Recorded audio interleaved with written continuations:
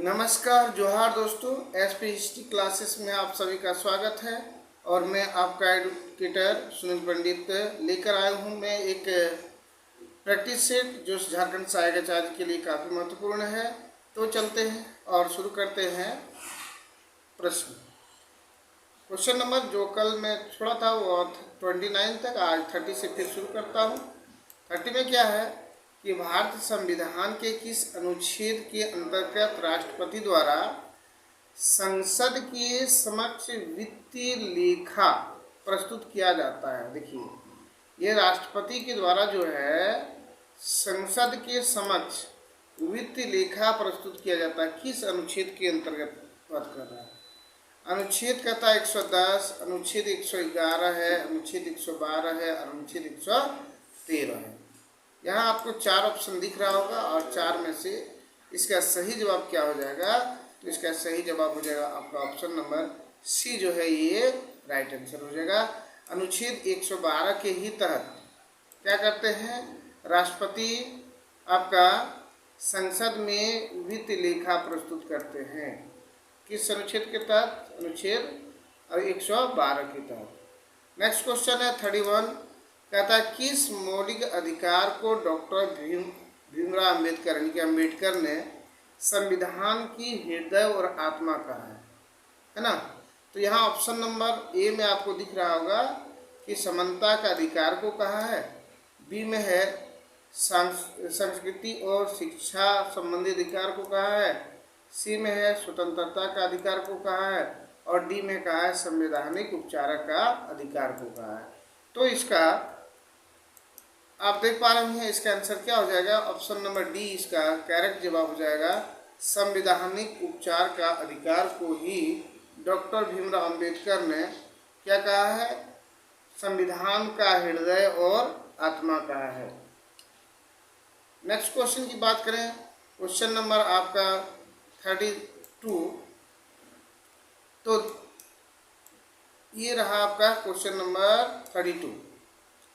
देख रहे होंगे कि कहता कि भारत के संविधान के अनुसार जिला न्यायाधीश, जिला का जो न्यायाधीश होते हैं, अभिव्यक्ति के अंतर्गत सम्मिलित नहीं होगा।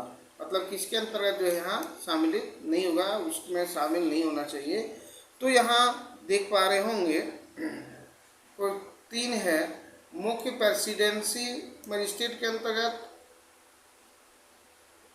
उसके बाद है सेंसदल न्यायाधीश के अंतर्गत, अधिकरण न्यायाधीश के अंतर्गत और लघुवाद न्यायालय का मुख्य न्यायाधीश के अंतर्गत। तो इसका सही जवाब क्या हो जाएगा? इसका सही जवाब हो जाएगा ऑप्शन नंबर सी, अधिकरण न्यायाधीश के अंतर्गत जिला के जो जज होते हैं वो शामिल नहीं होते हैं। राज्य किसी भी व्यक्ति को कानून के समक्ष समानता अथवा कानून के समान संरक्षण से विचार में वंचित नहीं करेगा। मौलिक अधिकारों से संबंधित यह घोषणा किस अनुच्छेद में की गई है? मतलब जो हम लोगों का 6 मौलिक अधिकार है, तो मौलिक अधिकार में ही एक होता है कि राज्य में किसी भी व्यक्ति को कानून के समक्ष जो है समानता का अधिकार और कानून के संरक्षण से वंचित नहीं कर रहा है। तो ये किस अनुच्छेद के अंतर्गत किया जाता है? ये हो गया अनुच्छेद 32 के अंतर्गत है, अनुच्छेद 14 के अंतर्गत है, अनुच्छेद 22 के अंतर्गत है और अनुच्छेद 25 के अंतर्गत है। तो इसका सही जवाब हो जाएगा आपका अनुच्छेद 14 के अंतर्गत, यानी ऑप्शन नंबर बी जो है इसका करेक्ट आंसर हो जाएगा। नेक्स्ट क्वेश्चन की बात करें, क्वेश्चन नंबर आपका 34,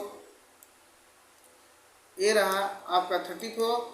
अब देख पा रहे हैं कि भारत सरकार के अधीन निम्नलिखित सेवाओं में से कौन सी अखिल भारतीय सेवाएं हैं? ये यहाँ 4 ऑप्शन दिख रहा होगा और इनमें से कौन सी सेवाएं जो है वह अखिल भारतीय के रूप में है? तो पहला ऑप्शन आप देख पा रहे होंगे, नंबर 1 में है IAS और IPS तथा भारतीय विदेश सेवा।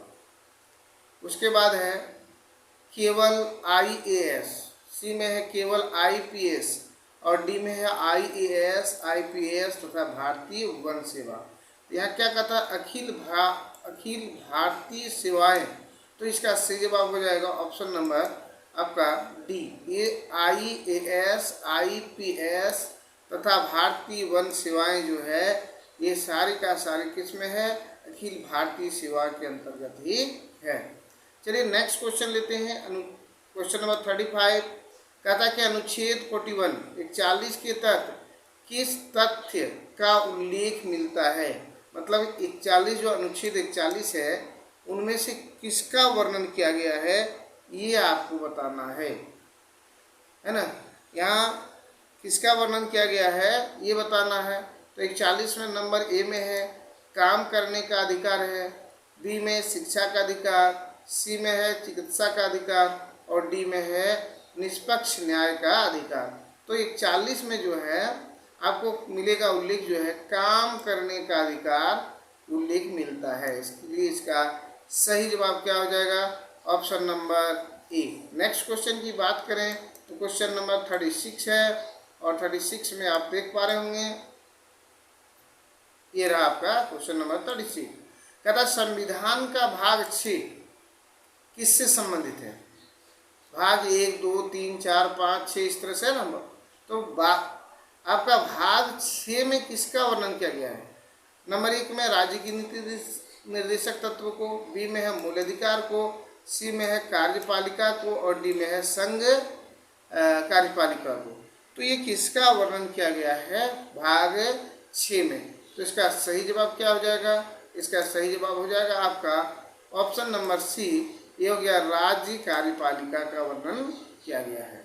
नेक्स्ट क्वेश्चन है क्वेश्चन नंबर 37 कहता कि भारत का राष्ट्रपति बनने हेतु न्यूनतम आयु कितनी होनी चाहिए, मतलब भारत के जो राष्ट्रपति बनेंगे उसके लिए योग्यता जो होना चाहिए उनमें से एक आयु भी योग्यता है। तो कितने वर्ष के लोग होंगे जो वो राष्ट्रपति के लिए उम्मीदवार बन सकते हैं, तो इसमें 35 वर्ष दिया है, 25 वर्ष दिया है, 40 वर्ष दिया है, 45 वर्ष। तो इसका सही जवाब हो जाएगा ऑप्शन नंबर ए, कितना 35 वर्ष के लिए 35 वर्ष का उम्र चाहिए राष्ट्रपति पद पे। अब आते हैं इसकी योग्यता के बारे में। तो कहता है, अब देख पा रहे होंगे क्वेश्चन नंबर 38 में क्वेश्चन नंबर 38 में आप देख पा रहे होंगे क्या है कि भारत का राष्ट्रपति बनने हेतु किस तरह की योग्यता रखना आवश्यक है। देखिए राष्ट्रपति बनने के लिए वह 25 वर्ष की आयु पूर्ण कर चुके हो, नंबर ए, बी में भारत का नागरिक हो, किसी सार्वजनिक अधिकारियों में लाभ के पद पर हो या लोकसभा सदस्य बनने हेतु आवश्यक योग्यता हो। तो यहाँ क्या कर रखने हेतु आवश्यक है, आवश्यक है का बात कर रहा है 38 में। तो इसमें देखिए ये तो इसका 35 वर्ष होना चाहिए, गलत हो या 35 वर्ष की, कम से कम यहाँ चाहिए 35 वर्ष की योग्यता, पूरा भारत का नागरिक होना चाहिए, ये भी तो सही है, उसे भारत का नागरिक होना चाहिए, किसी सार्वजनिक परिवहन लाभ के पद पर हो, ये लाभ के पद पर। यहाँ थोड़ा सा हमको लगता है ऑप्शन आगे देख लेते हैं कि 1, 2 दिया है क्या, फिर आगे बढ़ाते हैं, और नहीं तो इसका आंसर ऐसे डी होना चाहिए। अब देख लेते हैं, फिर ये क्वेश्चन में हमको थोड़ा डिफॉल्ट लग रहा है इसलिए इसको छोड़ते हैं, क्योंकि देखिए राष्ट्रपति के लिए कम से कम 35 वर्ष की उम्र होना चाहिए, भारत का नागरिक होना चाहिए, वह आपका किसी भी लाभ के पद पर ना होना चाहिए, इन सारे चीज़ का वर्णन होना चाहिए उसमें तो जाके होता है। तो यहाँ इस क्वेश्चन में हमको थोड़ा डाउट लग रहा है। चलिए आगे देखते हैं, question number page number change करते हैं, फिर देखते हैं क्या है।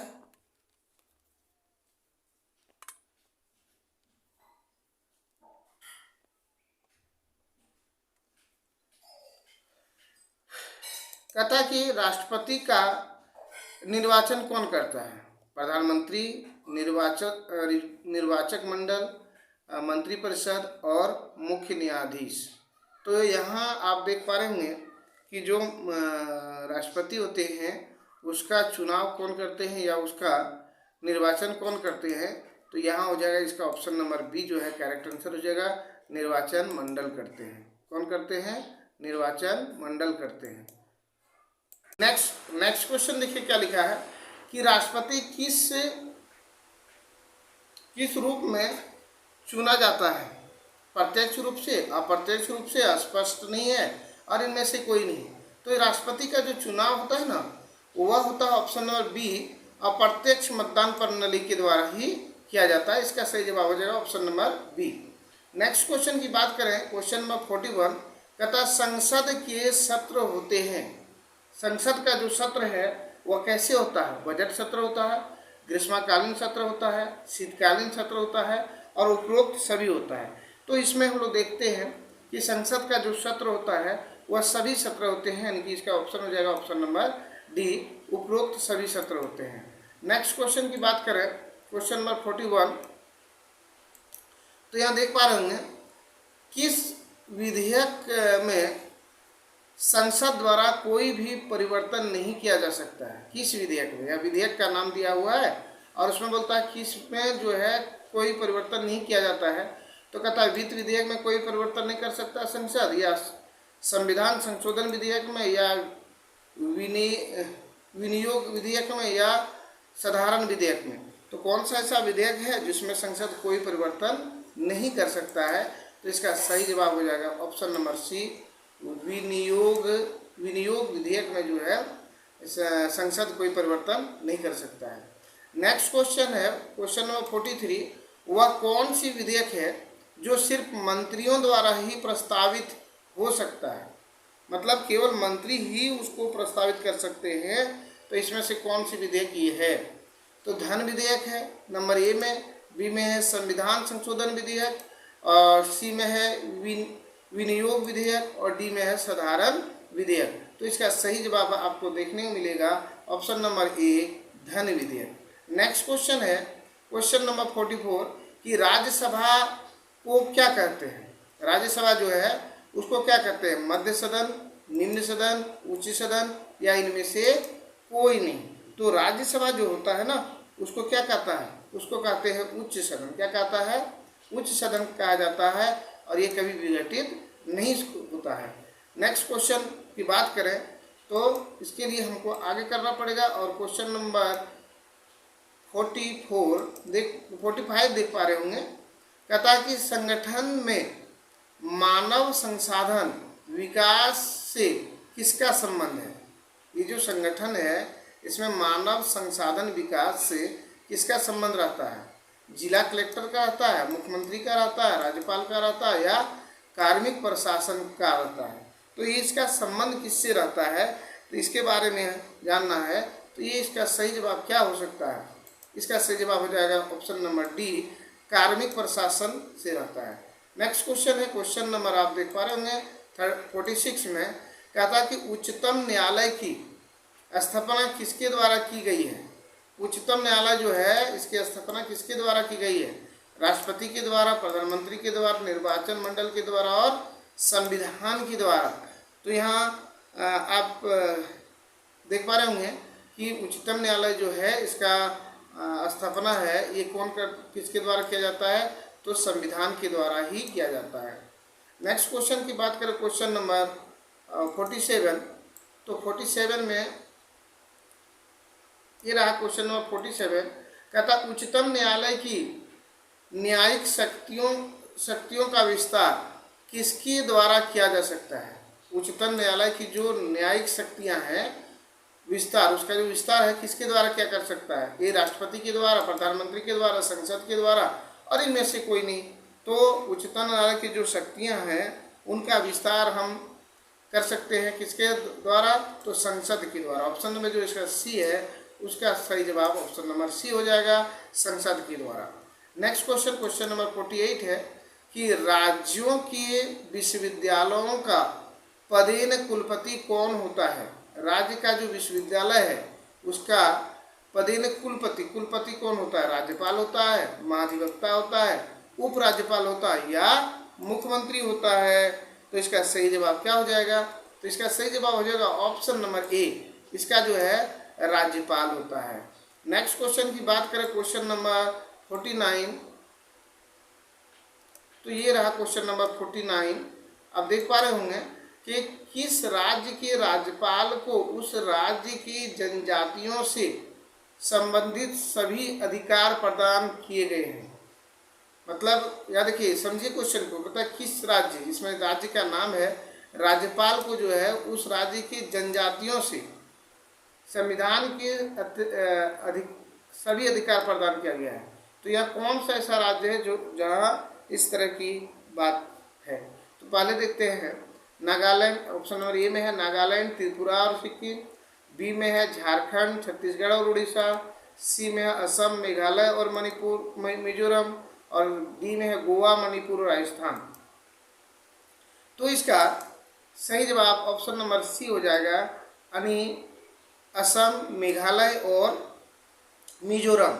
इन 3 राज्यों में राज्यपाल ने क्या किया है कि जनजाति से संबंधित जो है सभी अधिकार को प्रदान कर दिया है। नेक्स्ट क्वेश्चन है क्वेश्चन नंबर 50 कि राज्य लोक सेवा आयोग के सदस्यों की नियुक्ति कौन करता है। जो राज्य लोक सेवा आयोग है उसकी सदस्य की नियुक्ति कौन करता है। तो राज्यपाल है, मुख्यमंत्री है, महाधिवक्ता है और निर्वाचन आयुक्त है। तो इसका सही जवाब क्या हो जाएगा, इसका सही जवाब हो जाएगा ऑप्शन नंबर ए, राज्यपाल करता है। चलते हैं नेक्स्ट क्वेश्चन पर, लेकिन इसके लिए हमें पेज जो है चेंज करना पड़ेगा। और ये रहा पेज दूसरा, थोड़ा सा जूम करता हूँ और फिर आप देख पा रहे होंगे। ये रहा 51, क्वेश्चन नंबर 51 कहता है संविधान के किस अनुच्छेद में विधान परिषद का प्रावधान जो है मतलब कि संविधान का किस अनुच्छेद में विधान परिषद का क्या है, विधान परिषद का प्रावधान है। तो ऑप्शन नंबर ए में है अनुच्छेद 163 में है, बी अनुच्छेद 105 में है, सी अनुच्छेद 16 में है और डी अनुच्छेद 124 में है। तो किसमें ऐसा प्रावधान है। तो इसका सही जवाब क्या हो जाएगा, इसका सही जवाब हो जाएगा ऑप्शन नंबर सी, अनुच्छेद 16 में है। 52 क्वेश्चन नंबर है, कहता है विधान परिषद है क्या है, अस्थायी सदन है, बी अस्थायी सदन है, सी प्रथम सदन है और डी निम्न सदन है। तो विधान परिषद जो है वह क्या है, इसमें इसका आंसर हो जाएगा आपका ऑप्शन नंबर ए, एक अस्थायी सदन है। क्या है, एक अस्थायी सदन है। नेक्स्ट है विधान परिषद के सदस्य का कार्यकाल कितने वर्ष का होता है। विधान परिषद जो होता है उसकी सदस्य कितने वर्ष का होता है। यहाँ ऑप्शन नंबर है आपका 6 वर्ष का, ऑप्शन नंबर 5 वर्ष का बी में, सी में 1 वर्ष का और डी में है 4 वर्ष का। तो जैसे हम लोग राज्य सभा का कार्यकाल देखते हैं 6 वर्ष का होता है, उसी प्रकार विधानसभा का जो भी कार्यकाल है वो 6 वर्ष के लिए, कितने वर्ष के लिए है, 6 वर्ष के लिए है।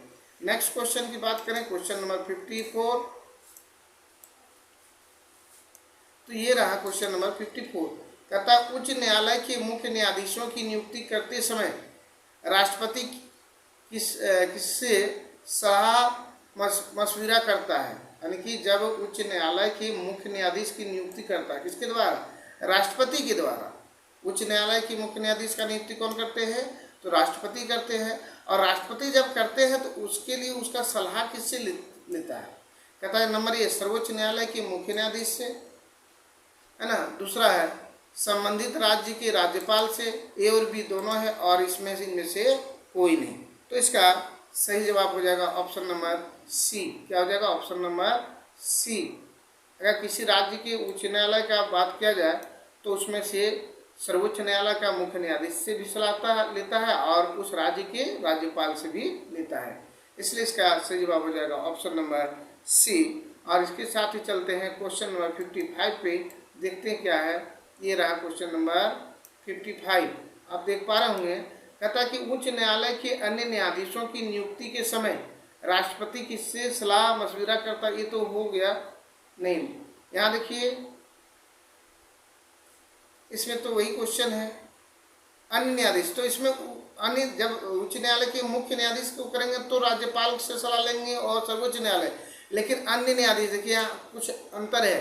अन्य न्यायाधीश की जो नियुक्ति करेंगे उस समय किससे राष्ट्रपति सलाह लेते हैं, ये पूछ रहा है। तो उस समय जो है आपका राष्ट्रपति सलाह लेते हैं आपका, वो जो है संबंधित उच्च न्यायालय के जो न्यायाधीश होते हैं उससे ही सलाह लेते हैं। मैं उस राज्य के संबंधित जो आपका रहते हैं मुख्य न्यायाधीश, उससे सलाह लेंगे। तो इसका सही जवाब क्या हो जाएगा? ऑप्शन नंबर डी जो हो जाएगा, इसका करेक्ट आंसर होगा। नेक्स्ट क्वेश्चन है, कहता है कि प्रतियोजित सत्ताओं का संबंध प्रयोग किसके द्वारा किया जाता है? नंबर ए अधिकारी तंत्र द्वारा, बी मंत्री द्वारा, सी ए और बी दोनों, और डी कर्मचारी तंत्र के द्वारा। तो इसका सही जवाब क्या हो जाएगा?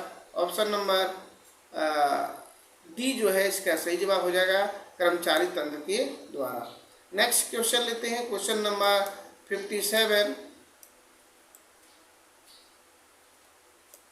देखिए यहाँ कि ब्यूरोक्रेसी का क्या अर्थ होता है? ब्यूरोक्रेसी है, इसका क्या अर्थ होता है? पूंजीवाद सरकार होता है, डेस्क सरकार होता है, या विभागीय सरकार होता है, या इनमें से कोई नहीं। तो यहाँ 57 का जो आंसर है ये हो जाएगा आपका डेस्क सरकार होता है। ऑप्शन नंबर बी जो है ये करेक्ट आंसर हो जाएगा। ठीक है, ये बी आंसर हो जाएगा। नेक्स्ट क्वेश्चन है, क्वेश्चन नंबर 58। संविधान के किस अनुसूची में राज्य विधायिका और पंचायत की शक्ति का उल्लेख है?